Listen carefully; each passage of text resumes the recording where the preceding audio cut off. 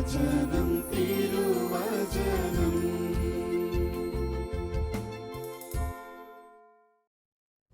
മിശിഹായ്ക്ക് സ്തുതിയായിരിക്കട്ടെ. പരിശുദ്ധ അമ്മയുടെ മാധ്യസ്ഥം നമുക്ക് ഒരുമിച്ച് പ്രാർത്ഥിക്കാം. ദൈവകൃപ നിറഞ്ഞ മറിയമേ സ്വസ്തി, കർത്താവ് അങ്ങയോട് കൂടെ സ്ത്രീകളിൽ അങ്ങ് അനുഗ്രഹിക്കപ്പെട്ടവളാകുന്നു. അങ്ങയുടെ ഉദരത്തിൻ്റെ ഫലമായി ഈശോ അനുഗ്രഹിക്കപ്പെട്ടവനാകുന്നു. പരിശുദ്ധ മറിയമേ തമ്പുരാൻ്റെ അമ്മേ, പാപികളായി ഞങ്ങൾക്ക് വേണ്ടി ഇപ്പോഴും ഞങ്ങളുടെ മരണസമയത്തും തമ്പുരാനോട് അപേക്ഷിച്ച് വരണമേ. പിതാവിനും പുത്രനും പരിശുദ്ധാത്മാവിനും സ്തുതി, അതിലെ പോലെ ഇപ്പോഴും എപ്പോഴും എന്നേക്കും. ആമേൻ. ഈശ്വരേറ്റവും സ്നേഹമുള്ള സഹോദരരെ, പഴയ നിയമത്തിൽ മക്കബായരുടെ 2-ാമത്തെ പുസ്തകം 12-ാമത്തെ അധ്യായം 38 മുതലുള്ള തിരുവചനങ്ങൾ.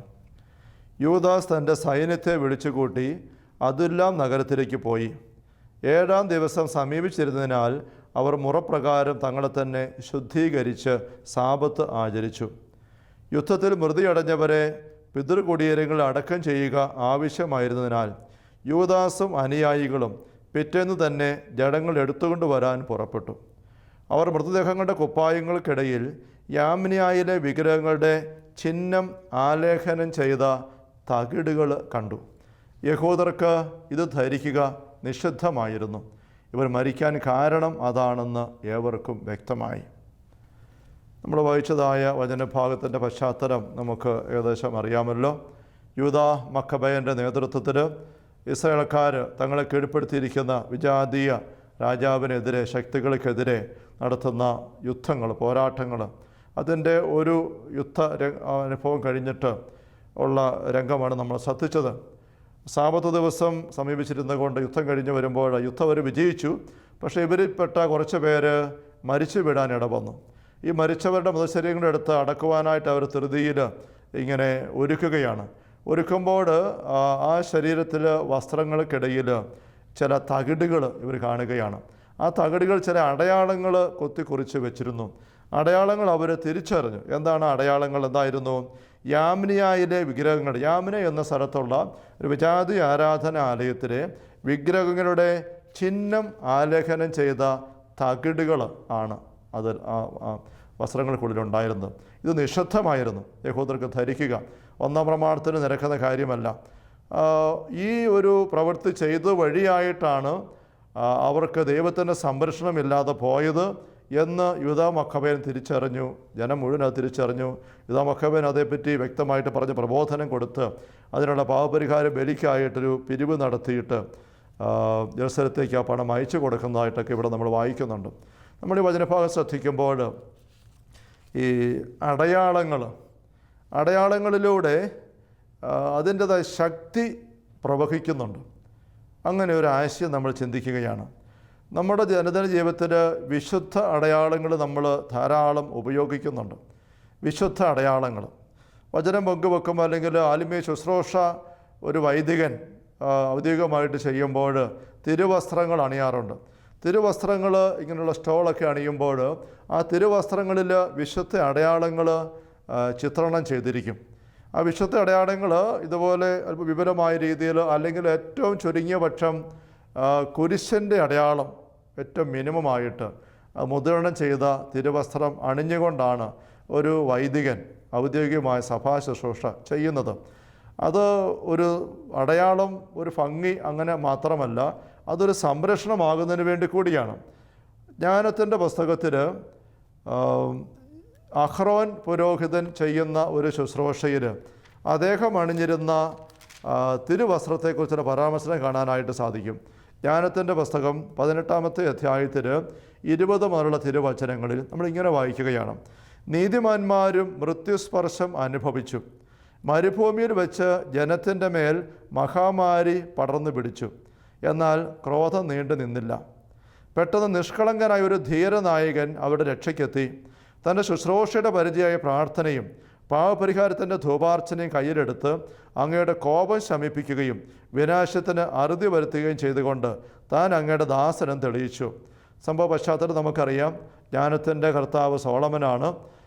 മോശയുടെ നേതൃത്വത്തിൽ ഇസ്രായേൽ ജനം മരുഭൂമിയിലൂടെ യാത്ര ചെയ്യുന്ന അവസരത്തിലുണ്ടായ ഒരു മരണവ്യാധി, ഒരു മരണത്തിൻ്റെ അനുഭവം, വലിയ ഒരു മഹാമാരി പടർന്നു പിടിച്ച് അനേകർ മരിച്ചു വീഴുന്ന ഒരവസ്ഥ. ആ അവസരത്തിൽ പുരോഹിതനായ അഹറോൻ ശുശ്രൂഷയ്ക്കായിട്ട് ഇറങ്ങുകയാണ്. അദ്ദേഹം പ്രാർത്ഥിച്ച് പാപപരിഹാരത്തിന് ധൂപാർച്ചന കയ്യിലെടുത്ത് അങ്ങനെ ഇറങ്ങി ശക്തമായി ഇടപെട്ട് ഈ മഹാമാരിയെ തടഞ്ഞു നിർത്തി എന്ന് പറയുകയാണ്.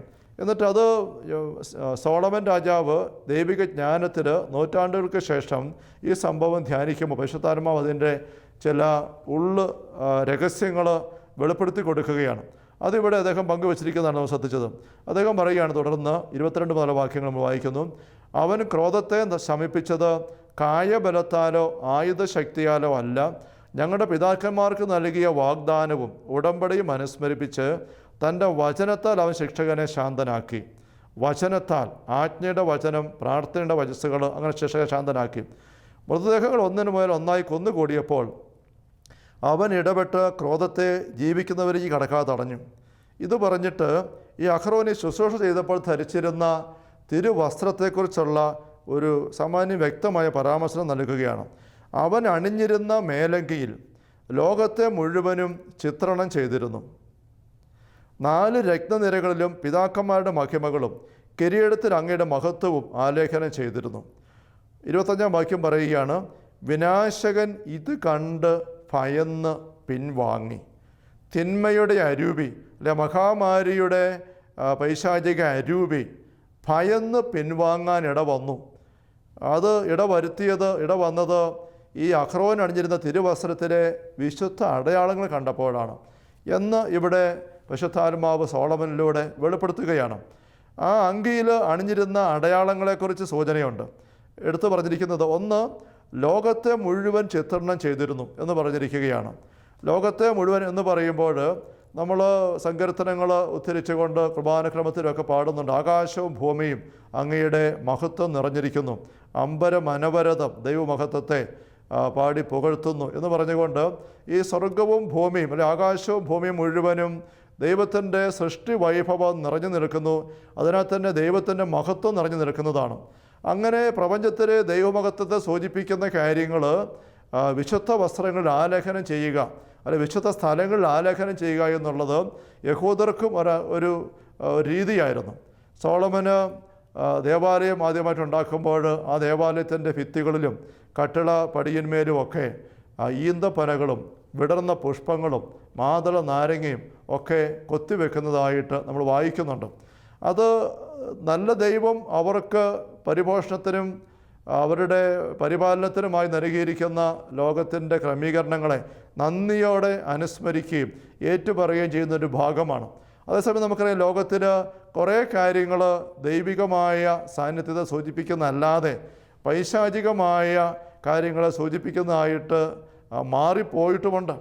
നമുക്ക് ഈശോയുടെ രക്ഷാകര സംഭവത്തിൻ്റെ പശ്ചാത്തലം ചിന്തിക്കുമ്പോൾ തിരുവസ്ത്രങ്ങളൊക്കെ നമ്മൾ പലപ്പോഴും സൂചിപ്പിക്കുന്നു ഒരു കുഞ്ഞാട്, അല്ലെങ്കിൽ ഒരു മുന്തിരിക്കൊല, അല്ലെങ്കിൽ ഒരു ഗോതമ്പ് കതിര്, ഒരു ലില്ലിപുഷ്പം, റോസാപുഷ്പം, ഇങ്ങനെയുള്ള കാര്യങ്ങൾക്കൊക്കെ വിശുദ്ധ ഗ്രന്ഥത്തിലെ സൂചനകളുണ്ട്. കുരിശടയാളം എത്രയോ പ്രഥമമായിട്ടും ഈ അടയാളങ്ങളൊക്കെ ലോകത്തിൽ മറ്റു പല കാര്യങ്ങൾക്കും അർത്ഥം വരാവുന്ന രീതിയിലുള്ള കാര്യങ്ങളാണ്. കുരിശ് അത് ഈശോയുടെ ബലിക്ക് മുമ്പ് വലിയ അപമാനത്തിൻ്റെയും ഇടർച്ചയുടെയും ശിക്ഷയുടെയും ഒരു അടയാളം മാത്രം, ഭീകര അനുഭവമായിരുന്നു. അനേക കൊലപാതകളെ, കള്ളന്മാരെ അങ്ങനെ ക്രൂശിച്ച് കൊന്നിട്ടുണ്ട്. പക്ഷേ ഈശോ ആ കുരിശിൽ മരിച്ചവരുകൂടെ കുരിശ് ഈശോയുടെ ആ രക്ഷാകര സംഭവത്തിൻ്റെ ഒരു അടയാളമായിട്ട് മാറി.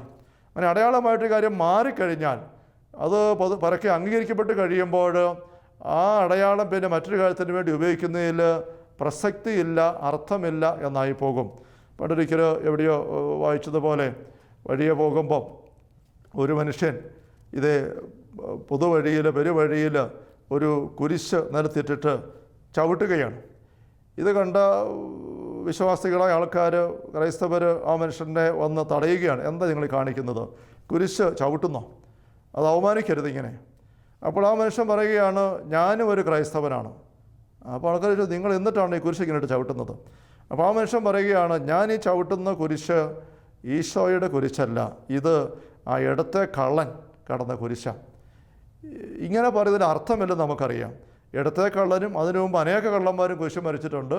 പക്ഷേ ആ കുരിശ് ഒരു ശിക്ഷയുടെ ഉപകരണമായിരുന്നെങ്കിലും ഈശോ അത് തൻ്റെ ജീവിതത്തിലേക്ക് സ്വാംശീകരിച്ചപ്പം ഈശോയുടെ ബലിയുടെ രക്ഷാസംഭവത്തിൻ്റെ അടയാളമായിട്ട് മാറി എന്ന് പറഞ്ഞ പോലെ ഈ ലോകത്തിലുള്ള മറ്റു പല അടയാളങ്ങളും കാര്യങ്ങളും ചില ദൈവികമായ ശക്തി സൂചന പേറുന്ന കാര്യങ്ങളായിട്ട്, അല്ലെങ്കിൽ ചിലതൊക്കെ പൈശാചികമായ പ്രവർത്തികൾ സൂചിപ്പിക്കുന്ന കാര്യങ്ങളായിട്ടൊക്കെ അർത്ഥം പതിഞ്ഞ് പോയിട്ടുണ്ട്.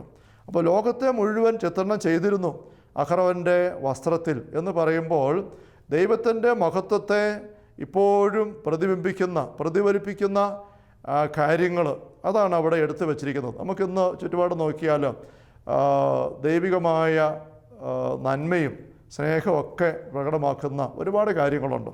പുഷ്പങ്ങളും നല്ല സീനറിയും മേഘങ്ങൾ കടന്നു വരുന്നത്. താബോർ മലയിൽ ഈശോ പ്രാർത്ഥിക്കുമ്പം മേഘത്തിൽ പിതാവ് ഇറങ്ങി വന്നു, ദൈവത്തിൻ്റെ സാന്നിധ്യം.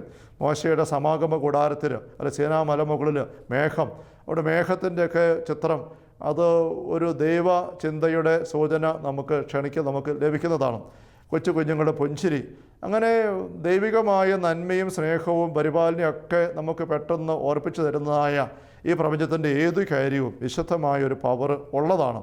അല്ലാതെയുള്ള ക്രൂരമായ വളരെ ഹിംസ്ര ജന്തുക്കളുടെ മുഖങ്ങളും കൊലപാതക രംഗങ്ങളും കടിച്ചു കീറുന്നതും പൈശാചികമെന്ന് അംഗീകരിക്കപ്പെട്ടു പോയ അടയാളങ്ങൾ കുറേ ഉണ്ടല്ലോ, അങ്ങനെയുള്ള കാര്യങ്ങളും അതൊക്കെ ഈ ലോകത്തെ മുഴുവൻ എന്ന് പറയുമ്പോൾ അതിനകത്ത് വരുന്നില്ല എന്ന് നമ്മൾ ഓർമ്മിക്കണം. മറ്റൊന്ന്, ഇവിടെ അഹ്റോൻ്റെ വസ്തുതയിൽ പറഞ്ഞിരിക്കുന്നത് പിതാക്കന്മാരുടെ മഹിമകൾ ആലേഖനം ചെയ്തിരുന്നു. അബ്രാഹാം, ഇസഹാക്ക്, യാക്കോബ് പിതാക്കന്മാർ, അങ്ങനെ ഇസ്രായേൽക്കാരൊക്കെ ഉണ്ടായിരുന്നു. അവരുടെ മഹിമകളെന്ന് പറയുമ്പോൾ അവരുടെ ജീവിതത്തിന് മഹത്വം, അവരുടെ ജീവിതത്തിൽ ദൈവത്തിന് മഹത്വമുണ്ടായ, അവരുടെ ജീവിതത്തിന് മഹത്വമുള്ളതായിട്ട് മാറാൻ ഇടവന്ന ചില ചെയ്തികൾ, ചില നീക്കങ്ങൾ, ചില ബലിയർപ്പണങ്ങൾ. യാക്കോബ് കണ്ട ഗോവണി സ്വർഗത്തോളം എത്തുന്നത്, ബഥേലിൽ യാക്കോബ് സ്ഥാപിച്ച കല്ല്, ഇങ്ങനെയൊക്കെയുള്ള കുറേ കാര്യങ്ങളുണ്ട്. അതൊക്കെ അവരുടെ ജീവിതത്തിൻ്റെ മഹത്വത്തെ, ദൈവത്തോടുള്ള അവരുടെ ബന്ധത്തെ, പ്രത്യേകമായ തീരുമാനത്തെ സൂചിപ്പിക്കുന്ന കാര്യങ്ങളാണ്. അങ്ങനെയുള്ള കാര്യങ്ങൾ ചിത്രീകരിക്കുമ്പോൾ ആ പിതാക്കന്മാരിലൂടെ വെളിപ്പെട്ട ദൈവത്തിൻ്റെ ശക്തിയാണ്. നമുക്കിന്ന് അനേക വിശുദ്ധരെ പറ്റി നമ്മൾ വിശുദ്ധരെ സൂചിപ്പിക്കുമ്പോൾ ചെറിയ സ്വരൂപങ്ങളായിട്ട് ചിത്രങ്ങളാകട്ടെ, അവരുടെ പ്രത്യേകമായ ജീവിതത്തിൻ്റെ ചില സൂചനകൾ നൽകാറുണ്ട്. മാർട്ടിൻ ടി പോറസ് ചൂലുമായിട്ട് അടുക്കള ജോലി ചെയ്യുന്ന വേഷം നിൽക്കുന്നതായിട്ട് നമുക്ക് കാണണം. പൗലോസ് അപ്പസ്തോലൻ ഒരു വാളുമായിട്ട് നിൽക്കുന്നത്, വാളാൽ ശിരച്ഛേദം ചെയ്യപ്പെട്ടതാണ്. പത്രോസ് അപ്പസ്തോലൻ താക്കോലുമായിട്ട് നിൽക്കുന്നത്, തോമാസ് ശ്ലീഹ കുന്തം പിടിച്ചുകൊണ്ട് നിൽക്കുന്നത്. തോമാസ് ശ്ലീഹ കുന്തവുമായിട്ട് നടന്ന് കുത്തി എന്നല്ല അർത്ഥം, നമുക്കറിയാം. കുന്തത്താൽ തോമാസ് ശ്ലീഹ രക്തസാക്ഷിത്വം വഹിച്ചു. ഈശോ കുരിശുമായിട്ട് നിൽക്കുന്ന രൂപങ്ങളൊക്കെ ഉണ്ടാക്കി വെക്കാറുണ്ട്. അത് ഈശോ കുരിശിലൂടെ നേടിയ ആ മഹത്വത്തെ സൂചിപ്പിക്കുന്നതാണ്. ഇതാണ് പിതാക്കന്മാരുടെ മഹത്വം. അന്ന് ഇസ്രായേൽക്കാർ അവർക്കുള്ള പിതാക്കന്മാരുടെ മഹത്വം ഈ വസ്ത്രത്തിൽ ചിത്രീകരിച്ചു. ഇന്ന് നമ്മൾ നമ്മുടെ തിരുവസ്ത്രങ്ങളിലൊക്കെ ഇതുപോലെ നമുക്കുള്ള വിശുദ്ധരുടെ, അല്ലെങ്കിൽ വിശുദ്ധ വ്യക്തികളുടെ ലൈഫിൻ്റെ പ്രത്യേകമായ നേട്ടങ്ങളെ സൂചിപ്പിക്കുന്ന അടയാളങ്ങൾ നമ്മൾ ചിത്രീകരിക്കുന്നുണ്ട്. വീണ്ടും മറ്റൊന്ന്, അങ്ങയുടെ മഹത്വം ആലേഖനം ചെയ്തിരുന്നു. ദൈവത്തിൻ്റെ മഹത്വം ഇസ്രായേൽക്കാർക്ക് അനുഭവമായിരുന്നത് നമ്മൾ സൂചിപ്പിച്ചു. മേഘം, സീനാമല മേഘം ഇറങ്ങി വരുന്നു, അല്ലെങ്കിൽ മോശയ്ക്ക് ഹോറബിൽ ജ്വലിക്കുന്ന മുൾപ്പടർപ്പ്, അതുമല്ലെങ്കിൽ ക്രോവേ മാലാഖമാരുടെ സാന്നിധ്യം, മാലാഖമാർ പ്രത്യക്ഷപ്പെടുന്നു. അങ്ങനെയൊക്കെ ദൈവത്തെക്കുറിച്ച് അവർക്ക് രൂപം അറിഞ്ഞുകൂടാ, നേരെ കണ്ടിട്ടില്ല, പക്ഷേ ദൈവത്തിൻ്റെ സാന്നിധ്യത്തിൻ്റെ അടയാളമായിട്ടൊരു കണ്ട കാര്യങ്ങൾ. അപ്പം ഇങ്ങനെയുള്ള കാര്യങ്ങൾ അഹ്റോൻ്റെ തിരുവസ്ത്രത്തിൽ ആലേഖനം ചെയ്തിരുന്നു എന്ന് നമ്മൾ വായിക്കുകയാണ്. 25-ാം വാക്യം നമ്മൾ ശ്രദ്ധിച്ചു, വിനാശകൻ ഇത് കണ്ട് ഭയന്ന് പിൻവാങ്ങി. അടയാളങ്ങൾക്ക് ശക്തിയുണ്ട്. ഒരിക്കൽ എൻ്റെ മക്കൾ പ്രാർത്ഥിക്കാനായിട്ട് വന്ന ഒരു പെൺകുട്ടി, ഞാനിടയ്ക്ക് ഈ പങ്ക്തിയിൽ സൂചിപ്പിച്ചിട്ടുണ്ട്, ഒരു 52 ദിവസത്തോളം നീണ്ടുപോയ ഒരു ബഹിഷ്കരണ പ്രാർത്ഥന. എനിക്ക് ഈ ഒരു ശുശ്രൂഷ തലത്തിൽ ആദ്യമായിട്ട് ആഴപ്പെട്ട ബോധ്യങ്ങളും അനുഭവങ്ങളും നൽകാൻ ദൈവം ഉപയോഗപ്പെടുത്തിയ ഒരു പ്രാർത്ഥനയുടെ അനുഭവമായിരുന്നു അത്. ഒരിക്കൽ അവരുടെ അപ്പന് ഉണ്ട് കൂടെ, 21 വയസ്സുള്ള പെൺകുട്ടിയാണ്, പ്രാർത്ഥിക്കാൻ സഹായിക്കുന്ന മറ്റു ആൾക്കാരുണ്ട്. ഒരു ദിവസം ഞങ്ങൾ പ്രാർത്ഥിച്ച് 2 മണിക്കൂർ പ്രാർത്ഥിച്ച് ഇവർക്ക് വേണ്ടിയിട്ട് അവിടെ വയലൻ്റായിരുന്നു. അവൾ ശാന്തമായി, പക്ഷേ വിടുതലായില്ല. അവളിങ്ങനെ മയങ്ങി മുറിയിൽ തറയിൽ കിടക്കുകയാണ്. അപ്പോൾ 2 മണിക്കൂറായി ഞങ്ങൾ ശുശ്രൂഷകർ ഒരു ചെറിയൊരു ഇടവേളയ്ക്ക് 10 മിനിറ്റ് ഇടവേള എടുത്ത് ഞങ്ങൾ മാറുകയാണ്. അപ്പോൾ അപ്പൻ കാവലിരിക്കുന്നു. ഇടയ്ക്ക് ഞാൻ ആ വഴി ഒന്ന് വന്നപ്പോൾ ഈ അപ്പൻ എന്നെ ഇങ്ങനെ കൈ കാണിച്ച് വിളിച്ചു. ഞാൻ അടുത്തോട്ട് ചെന്നു. അപ്പോൾ ഇവളിങ്ങനെ കണ്ണടച്ച് മയങ്ങി പരിസരബോധമില്ലാതെ ബോധം കെട്ട പോലെ കിടക്കുകയാണ്. അപ്പോൾ പൈശാചികമായൊരു ബന്ധനത്തിൻ്റെ അവസ്ഥയാണ്. അപ്പോൾ ഒന്നും മിണ്ടാതെ സ്വരം കേൾപ്പിക്കാതെ ആ മുറിയിൽ പ്രാർത്ഥന ചെയ്യുന്ന ആ സ്ഥലത്ത് ഇപ്പുറത്തൊരു പീഠത്തിന് വെച്ചിരുന്ന മാതാവിൻ്റെ ഒരു ലാമിനേറ്റ് ചെയ്ത ഒരു പടം, ഈ പടം ഇഞ്ഞെടുത്തു. ഈ പടം എടുത്തിട്ട് എന്നെ നോക്കിയിട്ട് അപ്പൻ ഈ മയങ്ങി കണ്ണടച്ച് കിടക്കുന്ന ഇവരുടെ മുഖത്തേക്ക് പടവുമായിട്ട് ഇങ്ങനെ പടം കൊണ്ടുവന്നു. ഈ പടം അടുത്തേക്ക് ചെന്നപ്പോഴേക്കും ഈ പെൺകുട്ടി കണ്ണ് തുറക്കാതെ തന്നെ പെട്ടെന്ന് മുഖം മറുവശത്തേക്ക് വെട്ടിച്ചു. അതുകൊണ്ട് അപ്പന് ഈ പടം തിരിച്ച് അവരുടെ ഈ മുഖത്തേക്ക് ഇങ്ങവസ്ഥയ്ക്ക് കൊണ്ടുവന്നപ്പോൾ അവിടെ മറുവശത്തേക്ക് തിരിച്ചു. ഏതാനും പ്രാവശ്യം ഇത് അപ്പൻ എന്നെ കാണിച്ച് ബോധ്യപ്പെടുത്തുകയാണ്. അപ്പനത് ഈ പെൺകുട്ടി വീട്ടിൽ പൈശാചികമായ അവസ്ഥ വരുമ്പോൾ പ്രകടമാക്കുന്നത് കണ്ടിട്ടുണ്ട്. അപ്പോൾ ഞാൻ ആദ്യമായിട്ട് ഇങ്ങനെ അനുഭവം കാണുന്നു, വർഷങ്ങൾക്ക് മുമ്പാണത്. അപ്പോൾ ആ ഒരു പടം മാതാവിൻ്റെ ഒരു ഫോട്ടോ ലാമിനേറ്റ് ചെയ്തിരിക്കുന്നതാണ്. ആ പടത്തിൽ നിറഞ്ഞു നിൽക്കുന്ന മാതാവിൻ്റെ ഒരു സാന്നിധ്യം അല്ലെങ്കിൽ ശക്തി അത് ഈ കണ്ണടച്ച് കിടക്കുന്ന പെൺകുട്ടി കാണുന്നില്ല.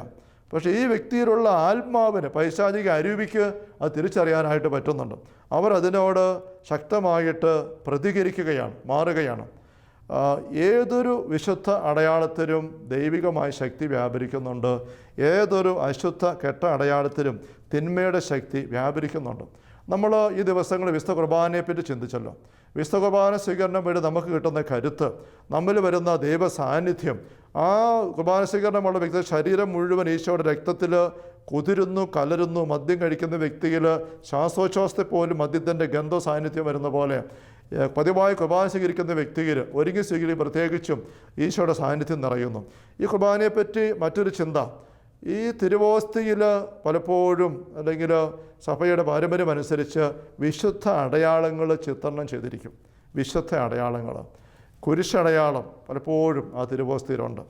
അല്ലെങ്കിൽ IHS, നമുക്കറിയാം, യേശൂസ് ഹോമിനോരും സാൽവാത്തോർ, ഈശോ മനുഷ്യ രക്ഷകൻ. ഇങ്ങനെയുള്ള വിശുദ്ധ അടയാളങ്ങൾ മുദ്രണം ചെയ്തിരിക്കുകയാണ്.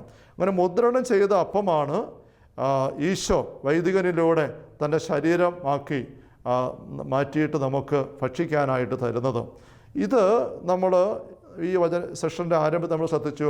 യാമിനിയായിലെ വിഗ്രഹത്തിൻ്റെ ചിഹ്നം ആലേഖനം ചെയ്ത തകിട്, ആ തകിടിൻ്റെ മേൽ അതിൻ്റെ ആൾക്കാർ ചില തിന്മയുടെ വചസ്സുകളൊക്കെ ഓതി അല്ലെങ്കിൽ പറഞ്ഞ് പതിപ്പിച്ച് അങ്ങനെ പൂജിച്ച് ഒരു ക്ഷുദ്രപ്രയോഗ വസ്തു അല്ലെങ്കിൽ കൂടോത്ര വസ്തുവാക്കി മാറ്റിയിട്ടാണ് അതിങ്ങനെ ധരിക്കാനായിട്ട് കൊടുക്കുന്നത്.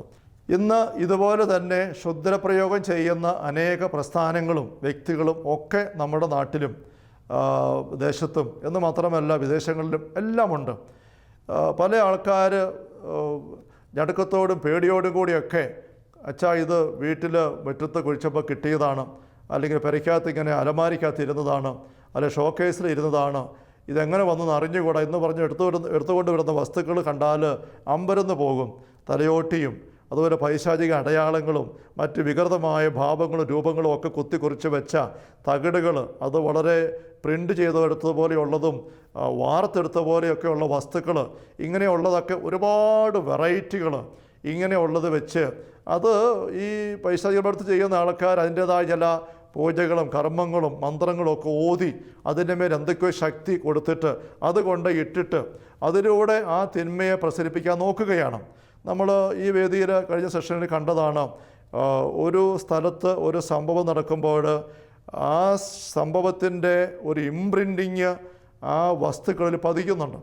ഒരാശീർവാദം കൊടുക്കുമ്പോൾ ആശീർവാദത്തിൻ്റെ ആ ഒരു തരംഗങ്ങൾ ആശീർവദിക്കപ്പെടുന്ന വസ്തുവിലേക്ക് പതിയുന്നുണ്ട്. നമ്മൾ ഒരു ഹോണ്ടഡ് വീട്ടിൽ അമേരിക്കയിലുള്ള ഒരു ഡോക്ടറും മറ്റും ഏതാനും കൊച്ചു ജീവികളെ കയറ്റിക്കൊണ്ട് പോയിട്ട് ആ വീട്ടിൽ ദുർമരണങ്ങൾ, കൊലപാതകം നടന്ന മുറിയിൽ ഈ കൊച്ചു ജീവികൾ കയറുമ്പം അവിടെയുള്ള തിന്മയുടെ നെഗറ്റീവ് എനർജിയോട് പ്രതികരിച്ചുകൊണ്ട് ഈ കൊച്ചു ജീവികൾ കയറാൻ വിസമ്മതിക്കുന്നതായിട്ട് അനുഭവം നമ്മൾ വിവിധ നേരത്തെ പങ്കുവെച്ചിട്ടുണ്ട്. അപ്പോൾ അത് വെച്ച് അവർ വ്യാഖ്യാനിക്കുന്ന നമ്മൾ ശ്രദ്ധിക്കുകയുണ്ടായി. ആ നടന്ന സംഭവത്തിൻ്റെ ഇംപ്രിൻറ്റിങ് അവിടെ നടക്കുന്നുണ്ട്. അതുപോലെ തന്നെ അവരോട് പറയുകയാണ്, ഈ ആശീർവാദത്തിൻ്റെയും അല്ലെങ്കിൽ കേഴ്സിങ്, പൈശാചികമായ ശബ്ദങ്ങൾ പതിക്കുന്നതിലൊക്കെ ഇങ്ങനത്തെ സംഭവം നടക്കുന്നുണ്ട് എന്ന് വേണം നമുക്ക് മനസ്സിലാക്കാനായിട്ട്. ആ ഒരു വിഷയത്തിനെ വെച്ച് ഈശോ അപ്പം എടുത്ത് ഇതെൻ്റെ ശരീരമാകുമെന്ന് പറയുമ്പോൾ ആ അപ്പം ഈശോയുടെ ശരീരമായിട്ട് മാറുന്നു. അപ്പോൾ ആ വചനത്തിലൂടെ വന്ന ഈശോയുടെ ഉള്ളിൻ്റെ തീരുമാനവും ശക്തിയുമാണ് ഈ അപ്പത്തെ ഈശോയുടെ ശരീരമാക്കിയിട്ട് മാറ്റുന്നത്. അപ്പം മറുവശത്ത് ഇതുമായിട്ട് കമ്പയർ ചെയ്യുകയല്ല, കമ്പയർ ചെയ്യാൻ പറ്റത്തില്ല എങ്കിൽ പോലും യാമിനിയായിലെ വിഗ്രഹത്തിൻ്റെ ചിഹ്നം ആലേഖനം തകിടെന്ന് പറഞ്ഞ പോലെ ഒരുപാട് പൈശാചിക ചിഹ്നങ്ങൾ, ആലേഖനം ചെയ്ത വസ്തുക്കൾ ഇങ്ങനെ നമുക്ക് ചുറ്റും ഉണ്ട്. ഞാൻ പറഞ്ഞു, വീടിൻ്റെ മുറ്റത്തിനടിയിലും നടയ്ക്ക് താഴെയൊക്കെ ഇങ്ങനെയുള്ള വസ്തുക്കൾ. ഒരുപക്ഷെ പല വ്യക്തിയുടെ അനുഭവങ്ങൾ നിരീക്ഷിക്കുമ്പോൾ എനിക്ക് തോന്നാറുണ്ട്, ഇങ്ങനെയുള്ള കൂടോത്ര വസ്തുക്കൾ കിടക്കുന്നില്ലാത്തതായ, വന്ന് വീണിട്ടില്ലാത്തതായ ഒരു വീട് പോലും ഒരുപക്ഷെ കാണില്ല. എനിക്ക് അടുത്തറിയാവുന്ന പല വ്യക്തികളുടെ കുടുംബങ്ങളിൽ നിന്നും ഇതുപോലെയുള്ള സാധനങ്ങൾ ഞാൻ പോയി എടുത്തതല്ല, പക്ഷേ അവർ വളരെ ഉറപ്പോടുകൂടെ ഇന്ന വ്യക്തികൾ വന്ന് ഇങ്ങനെ എടുത്തു. ചിലരൊക്കെ പറയും അവർ വന്നവർ കൊണ്ടുവന്നിട്ടതാണോ, പക്ഷെ അവർക്ക് ഉറപ്പാണ് അവരൊന്നും കൊണ്ട്. ചിലർ ആൾക്കാർ വന്നിട്ട് ഇന്ന സ്ഥാനത്ത് കിടക്കുന്നുണ്ട്, മാന്തി എടുത്തു എന്നവർ മാറി നിൽക്കുകയാണ്. കൃത്യം അത്രയും മാന്തുമ്പോൾ സാധനം അവിടെ നിന്ന് എടുക്കുകയാണ്. പെരയ്ക്കകത്ത് ഇന്ന സ്ഥലത്ത് ഇരിക്കുന്നു. ഗിഫ്റ്റുള്ള ആൾക്കാർ കൃത്യമായിട്ട് അത് കണ്ടുപിടിക്കും, അത് പറഞ്ഞു കൊടുക്കാൻ സാധിക്കും. അങ്ങനെ എടുത്തുകൊണ്ട് വരികയാണ്. ഒരുപാട് സംഭവങ്ങൾ ഇങ്ങനെ അറിയാം. എൻ്റെ പക്കൽ തന്നെ നേരിട്ട് ഈ സാധനങ്ങളായിട്ട് ആൾക്കാർ കൊണ്ടുവന്ന പല സംഭവങ്ങൾ എനിക്കുണ്ട്, അനുഭവങ്ങൾ എനിക്കുണ്ട്. അപ്പോൾ ഇങ്ങനെയുള്ള വസ്തുക്കളുടെ ഒരു വലിയ തിന്മയുടെ ഒരു അതിപ്രസരം നമ്മളെ ഒത്തിരി ഞെരുക്കുന്നുണ്ട്. പലരും അല്ലാണ്ട് ഞെരുങ്ങുന്നുണ്ട്. ഇങ്ങനെ ഇത് എന്താ കാണിക്കണമെന്ന് അറിഞ്ഞുകൂടാ. ഒരു വ്യക്തി പറഞ്ഞു, അച്ഛാ, കടയുടെ മറ്റേ തിണ്ണയുടെ അടിയിൽ നിന്നും ഇങ്ങനെ സാധനം ഒരു ഗിഫ്റ്റുള്ള ആളിനെ കൊണ്ട് പെറുക്കി എടുപ്പിച്ച് കളഞ്ഞു. അപ്പോൾ ബിസിനസ് മെച്ചപ്പെട്ടു, ബിസിനസ് ഡള്ളായിരുന്നു. പക്ഷേ കുറച്ച് വീണ്ടും ബിസിനസ് മോശമായി. അപ്പോൾ വീണ്ടും ശ്രദ്ധിച്ചപ്പോൾ ഇങ്ങനെ വന്നിട്ടുണ്ടെന്ന് അറിഞ്ഞു. വീണ്ടും അതിന് പറ്റുന്ന ആളിനെ കൊണ്ട് എടുപ്പിച്ച് കളഞ്ഞു. അപ്പോൾ ബിസിനസ് വീണ്ടും മെച്ചപ്പെട്ടു. കുറച്ച് നാൾ കഴിഞ്ഞ് വീണ്ടും ബിസിനസ് മോശമായി. വീണ്ടും അവരെ വിളിച്ചവർ ചോദിച്ചു, അവർ പറഞ്ഞു വീണ്ടും അത് വന്നിട്ടുണ്ട്. അങ്ങനെ എടുപ്പിച്ച് കളയുകയാണ്. 4 പ്രാവശ്യം ചെയ്ത് കഴിഞ്ഞപ്പോൾ ഇവർ പറയുകയാണ്, അച്ഛാ, പരിപാടി ഞങ്ങൾ നിർത്തി. ഇതെടുക്കുന്ന ചില ആൾക്കാർ പങ്കുവച്ചൊരു കാര്യം, ഇങ്ങനത്തെ പൈശാചികമായ ക്ഷുദ്രപ്രയോഗങ്ങളൊക്കെ ചെയ്യുന്നവരുണ്ട്, ചെയ്യിപ്പിക്കുന്നവരുണ്ട്, എടുക്കുന്ന ആൾക്കാരുമുണ്ട്. അവർ ഒരിക്കലും ഒരു മനുഷ്യൻ സംസാരിച്ചപ്പോൾ ആ വ്യക്തി പറയുകയാണ്, അച്ഛാ, ഞങ്ങളിത് ചെയ്യുന്ന ആൾക്കാർ അവിടെ വന്ന് ഇത് അകത്ത് കയറി ചെയ്യണമെന്നില്ല, അവർ ഇരുന്ന് ചെയ്യുന്നിടത്ത് ചെയ്തരുത് എന്ന് കയറേണ്ടത് കയറും. ഈ വേദിയിൽ ഞാൻ മറ്റൊരിക്കൽ റോമാരൂപതയിൽ എക്സസ്സായിരുന്ന ഗബ്രിയേലി അമർത്തച്ഛൻ പങ്കുവെക്കുന്ന അനുഭവം വായിച്ച് കേൾപ്പിക്കുകയുണ്ടായി. റോമ ആശുപത്രി ജോലി ചെയ്തിരുന്ന ഒരു ഡോക്ടർ ക്ഷുദ്രപ്രയോഗം നടത്തിയിട്ട് തന്നോടൊപ്പം ജോലി ചെയ്തിരുന്ന സിസ്റ്റർ, നേഴ്സായിട്ട് ജോലി ചെയ്യുന്ന വ്യക്തി, അവിടെ മുറിയിലൊരു പൂച്ചയെ കയറ്റിവിടുന്ന സംഭവം, ഒറ്റപ്പെട്ട സംഭവം നമുക്ക് തോന്നും. പക്ഷേ അച്ഛനത് അറിഞ്ഞ് സാക്ഷ്യപ്പെടുത്തി തൻ്റെ പുസ്തകത്തിൽ ചേർത്തിരിക്കുകയാണ്. അപ്പോൾ ഇങ്ങനെയുള്ള സംഭവങ്ങൾ വായിക്കുമ്പോൾ ഈ ക്ഷുദ്രപ്രയോഗം എടുക്കുന്ന വ്യക്തി, ഇങ്ങനെ ചെയ്യുന്ന വ്യക്തികൾ പറയുന്ന അവകാശവാദം അത്ര അസ്ഥാനത്തായിരിക്കില്ല എന്ന് നമുക്ക് തോന്നുന്നു. കഥകൾ അടച്ചിരിക്കുക, ഈശോ അകത്ത് വന്ന് ആൾക്കാർ അപ്പസ്തലന്മാരുടെ മുന്നിൽ നിന്നു, എൻ്റെ മുറിവുകൾ കാണിച്ചു കൊടുത്തു, അപ്പം എടുത്ത് ഭക്ഷിച്ചു. കഥ അടച്ചിരിക്കെ ഭിത്തിയിലൂടെ കടന്നു വരികയാണ്. അദൃശ്യ ലോകത്തിൻ്റെ ഇങ്ങനെയുള്ള സാധ്യതകളെക്കുറിച്ച് ഉള്ള സൂചന വെച്ച് നോക്കുമ്പോഴും ഈ കാര്യം ശരിയാണ്. അപ്പോൾ ഞാൻ പറഞ്ഞു വരുന്നത്, ഇങ്ങനെയുള്ള ഒരുപാട് പൈശാചിക അടയാളങ്ങൾ കൊത്തിക്കുറിച്ചൊക്കെയുള്ള കൂടോത്തര വസ്തുക്കളും പൈശ വസ്തുക്കളും ഒക്കെ ഒരുപാട് നമുക്ക് ചുറ്റും ഉള്ളപ്പോൾ മറുവശത്ത് സ്വർഗം ഇതിനെല്ലാം പ്രതിരോധിച്ചുകൊണ്ട് പരിഹാരമായിട്ട് സ്വർഗത്തിൻ്റെ വിശുദ്ധമായ അടയാളങ്ങൾ കൊത്തിക്കുറിച്ച് വെച്ച അപ്പം നമുക്ക് എല്ലാ ദിവസവും സൗജന്യമായിട്ട് നമ്മുടെ നാട്ടിൻപുറത്തെ അൾത്താരയിൽ നമുക്ക് തരികയാണ്. ഇത് എത്രയോ വലിയൊരു ആത്മീയ സഹായമാണ്. പൈശാചികമായ അടയാളങ്ങൾ പേരുന്ന വസ്തുക്കളെക്കുറിച്ചുള്ള ഭയം മുഴുവനും മാറ്റിക്കളഞ്ഞുകൊണ്ട് അതിനെല്ലാം മറികടന്നുകൊണ്ട് ദൈവികമായ അടയാളം കുറിച്ച എന്തെങ്കിലും തിന്മയുടെ അരൂപയുടെ എന്തെങ്കിലും ശക്തി പതിച്ച കൂടോത്ര വസ്തുവാണ് ഒരു വശത്ത് മറുവശത്ത് കിടക്കുന്നതെങ്കിൽ ഇവിടെ സാക്ഷാ ജീവിക്കുന്ന ദൈവത്തിൻ്റെ ജീവനുള്ള ശരീരം, അവിടുത്തെ കുരിശിൻ്റെ മുദ്ര, അവിടുത്തെ വ്യക്തിത്വത്തിൻ്റെ അടയാളം പതിഞ്ഞ അപ്പം എല്ലാ ദിവസവും സൗജന്യമായിട്ട് നാട് മുഴുവൻ അച്ഛന്മാരെയും അൾത്താരെയും പള്ളിയും ക്രമീകരിച്ചുകൊണ്ട് ദൈവസഭയിലോട്ട് നമുക്ക് നൽകുകയാണ്. ഈ കുർബാന നമ്മൾ അറിഞ്ഞ് ഡെയിലി സ്വീകരിച്ചാൽ, അനുദിനം സ്വീകരിച്ച സ്നേഹമുള്ളവരെ, അതുകൊണ്ട് തന്നെ തിന്മയുടെ ഒരുപാട് കടന്നുകയറ്റങ്ങളെ, ആക്രമണങ്ങളെ, ഞെരുക്കുന്ന സ്വാധീനം നമുക്ക് പ്രതിരോധിക്കാനും കീഴ്പ്പെടുത്താനും നമുക്ക് സാധിക്കും. നമുക്കൊരു നിമിഷം തിരുസന്നിധിയിൽ നമ്മുടെ ഉള്ളങ്ങളെ പ്രാർത്ഥനാപൂർവ്വം ചേർക്കാം. കർത്താവായ ദൈവമേ, അങ്ങയുടെ തിരുക്കുമാരൻ സ്ഥാപിച്ച തിരുസഭയിൽ അംഗങ്ങളായി അങ്ങ് ഞങ്ങളെ തിരഞ്ഞെടുത്തുവല്ലോ. ഞങ്ങൾക്ക് ആവശ്യമായ സകല സഹായങ്ങളും സൗഭാഗ്യങ്ങളും നിറഞ്ഞ് മുടിചൂടി നിൽക്കുന്ന സഭയിൽ അംഗങ്ങളായി ജീവിക്കുമ്പോഴും അങ്ങ് ഞങ്ങൾക്ക് വേണ്ടി ഒരുക്കിയിരിക്കുന്ന സൗഭാഗ്യങ്ങളും സഹായങ്ങളും എന്തൊക്കെയാണ് ഞങ്ങൾ തിരിച്ചറിയുന്നില്ല എന്ന് ഞങ്ങൾ ഇളമയോടെ ഏറ്റുപറയുന്നു. അന്നു വേണ്ടി ആഹാരം ഇന്ന് തരണേ എന്ന് പറഞ്ഞ് പ്രാർത്ഥിക്കാൻ ആവശ്യപ്പെട്ടിട്ട് സ്വർഗത്തിലെ പിതാവ് തരുന്ന ജീവനുള്ള അപ്പം ഞാനാണ് എന്ന് പറഞ്ഞുകൊണ്ട് അനുദിനം ഞങ്ങളുടെ നാട് മുഴുവനും ബലിയർപ്പണവും ഞാൻ കുർബാന സ്വീകരിക്കാനുള്ള അവസരവും അങ്ങ് സൗജന്യമായി ഒരുക്കി തന്നിരിക്കുന്നല്ലോ. നല്ല ദൈവമേ, ഇതിൻ്റെ വിലയറിയാതെ പ്രാധാന്യം അറിയാതെ കുർബാന സ്വീകരിക്കാൻ അണയാതെ ഈശോയെ എന്തുമാത്രം ഞങ്ങൾ അങ്ങ് നൽകുന്ന സഹായം അനുഗ്രഹം തിരസ്കരിച്ചു. മറുവശത്ത് ഞങ്ങൾക്കെതിരെ പൈശാചികമായ പ്രവൃത്തികളിലൂടെ, പൈശാചിക വ്യക്തികളിലൂടെയും പ്രസ്ഥാനങ്ങളിലൂടെയും പൈശാചിക അരുവികൾ വഴി കടന്നു വരുന്നതായ ഒരുപാട് ക്ഷുദ്രപ്രയോഗ വസ്തുക്കളും അങ്ങനെയുള്ള അടയാളങ്ങളും, യാമിനാലി വിഗ്രഹത്തിൻ്റെ ചിഹ്നം, ആലേഖന തകിട് പോലെയുള്ള വസ്തുക്കൾ, അവയുടെ സ്വാധീനവും അവയുടെ ഞെരുക്കവും അനുഭവങ്ങൾ ഞെരുങ്ങാനിട വരികയും ചെയ്യുന്നു. നല്ല ഈശോയെ, ഈ നിമിഷങ്ങളിൽ അങ്ങ് ഞങ്ങൾക്കറിയാം വെളിച്ചത്തെ ഓർത്ത് ഞങ്ങൾ നന്ദി പറയുന്നു. അങ്ങ് ഞങ്ങൾക്ക് നൽകുന്ന ദിവ്യകാരുണ്യത്തെ വിശുദ്ധമായ ഒരുക്കത്തോടും പൂർണ്ണമായ ബോധ്യത്തോടും കൂടെ സ്വീകരിച്ചുകൊണ്ട് ഞങ്ങൾക്കെതിരെയുള്ള സകല പൈശാചിക അടയാളങ്ങളുടെ സ്വാധീനങ്ങളെയും പ്രതിരോധിക്കുവാൻ ഞങ്ങളെ ശക്തിപ്പെടുത്തണമേ. ഞങ്ങളുടെ ആഗ്രഹത്തെ കൃപ കൊണ്ട് നിറയ്ക്കണമേ, ഞങ്ങളെ സഹായിക്കണമേ. കർത്താവായ ദൈവമേ, പരിശുദ്ധ കത്തോലിക്കാ സഭയിലെ എളിയ ദാസനും കനിഞ്ഞു നൽകിയ ശുശ്രൂഷ പൗരോഗത്തിൻ്റെ അഭിഷേക അധികാരം അനുസരിച്ച് പാലാരൂപതയുടെ വാഗമൺ മൗണ്ടനുഭവ ധ്യാനകേന്ദ്രത്തിൻ്റെ നിയമനാധികാരം അനുസരിച്ചും നല്ല ദൈവമേ, ഈ നിമിഷങ്ങൾ അങ്ങയുടെ വചന പ്രബോധനത്തിന് കാതോർത്ത് വിശ്വാസത്തോടെ ഉള്ളു തുറന്ന് അവയെ സ്വീകരിച്ച് അതിൻ്റെ കരുത്ത് സ്വന്തമാക്കാൻ ആഗ്രഹിച്ചുകൊണ്ടായിരിക്കുന്ന മക്കളുടെ മേൽ ഈ എളിയ ദാസന് കരമുയർത്തി പ്രാർത്ഥിക്കുന്നു. കർത്താവായ ദൈവമേ, അങ്ങയുടെ വലിയ സ്വർഗീയ സഹായമാണ് ദീപികാരുണ്യത്തോടെ വലിയ സ്നേഹം കൊണ്ട്, വിശ്വാസം കൊണ്ട്, അടുപ്പം കൊണ്ട് ഈ മക്കളെല്ലാവരെയും അനുഗ്രഹിക്കണമേ. അറിഞ്ഞ് കുർബാന സ്വീകരണം നടത്തുക വഴി സകല പൈശാചിക വസ്തുക്കളുടെ ദുസ്വാധീന മക്കളെല്ലാവരും സ്വതന്ത്രരായി തീരട്ടെ. കർത്താവ് യേശുമിശിഹായുടെ സമൃദ്ധമായ കൃപയും അനുഗ്രഹങ്ങളും പിതാവായ ദൈവത്തിൻ്റെ അവർണ്ണനീയമായ സ്നേഹവും പരിശുദ്ധാത്മാവായ ദൈവത്തിൻ്റെ നിരന്തരമായ സഹവാസവും സ്നേഹമുള്ളവരെ നാം ഓരോരുത്തരോടും കൂടെ ഉണ്ടായിരിക്കട്ടെ, ഇപ്പോഴും എപ്പോഴും എന്നേക്കും. ആമേൻ.